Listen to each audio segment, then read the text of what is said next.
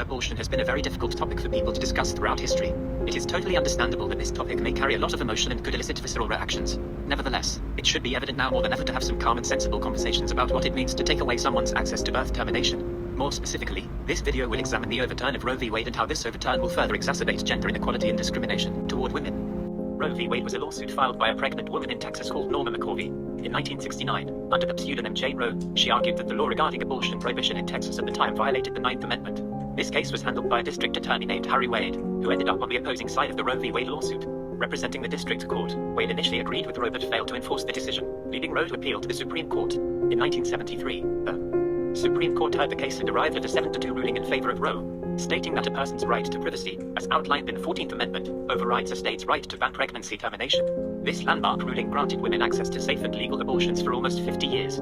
Yet, this all came into a complete repeal in 2022. As the court claimed through the fact that the right to abortion, under the right of privacy, is not explicitly stated in the Constitution, thereby states now have the authority to restrict it at their discretion. Within hours of signing this law, 26 states immediately banned or restricted abortion. How does all of these relate to discrimination toward women? What can social psychology, specifically from the intergroup relations perspective, explain the relevance of the event to the exacerbation of gender inequality?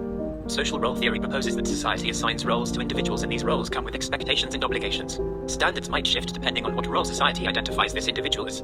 Hence, when women are recognized as independent individuals, their bodily autonomy is upheld. No one would be able to force them to use their bodies for the benefit of others, even if it means saving the life of their dying parent who is needing a kidney.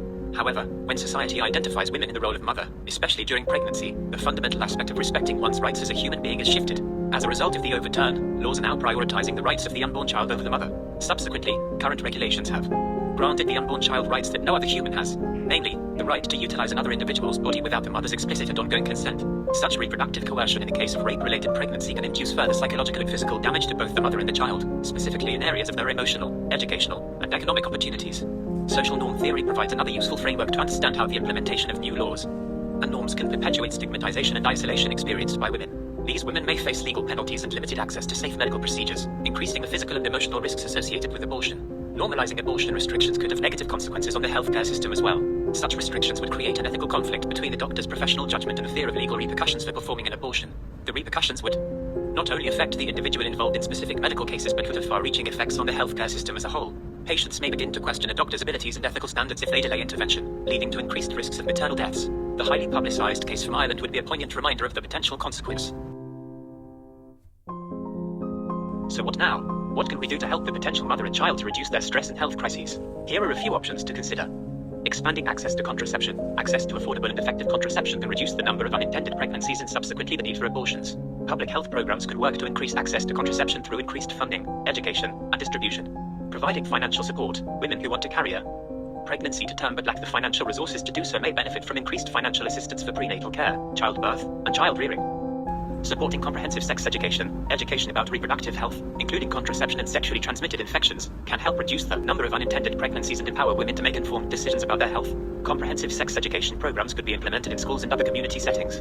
Drawing on the theories and research, it is crucial to recognize that the overturn of the Roe v. Wade would have significant and long-lasting ramifications for the well-being of current and potential mothers and their children in the United States. As Milan Kundera eloquently stated in his novel, having a child is to show an absolute accord with mankind.